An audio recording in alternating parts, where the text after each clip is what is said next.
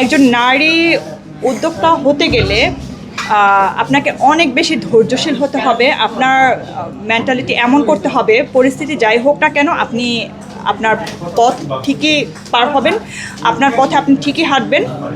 যেমনটা আমি দেশের বাইরে গেলে আমার কাছে একটা জিনিস খুব ভালো লাগে, ওই দেশের নারীরা অনেক বেশি পরিশ্রমী, অনেক বেশি ফিট। ইভেন ওদেরকে দেখলে দেখা যায় যে ওদের দেশের 50 বছর 60 বছরের নারীদেরকে দেখলে মনে হয় যে তারা বাংলাদেশে 20 বছর 25 বছরের মেয়েদের মতোই লাগে, বোঝার কোনো ওয়ে নাই।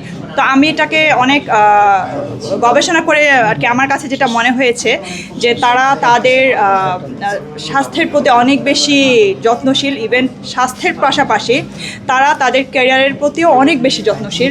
তারা কখনোই কম্প্রোমাইজ করে না আমাদের দেশের নারীদের মতো, যে আমার বাচ্চা, আমার স্বামীর বাচ্চার দিকে তাকে আমার ফুল লাইফটা আমি স্যাক্রিফাইস করে দেবো, বিষয়টা এরকম না। ওরা সব কিছু ঠিক রেখে ওরা পরিবারটাও ঠিক রাখে।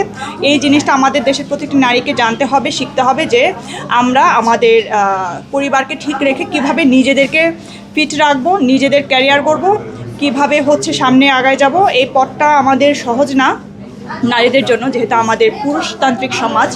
আর এই সমাজে নারীরা যতটুকুই আগায় তার থেকে অনেক বেশি পিছিয়ে যাওয়ার একটা ভয় থাকে। তো প্রত্যেকটা নারীরই উচিত নিজের স্বাবলম্বী হওয়া,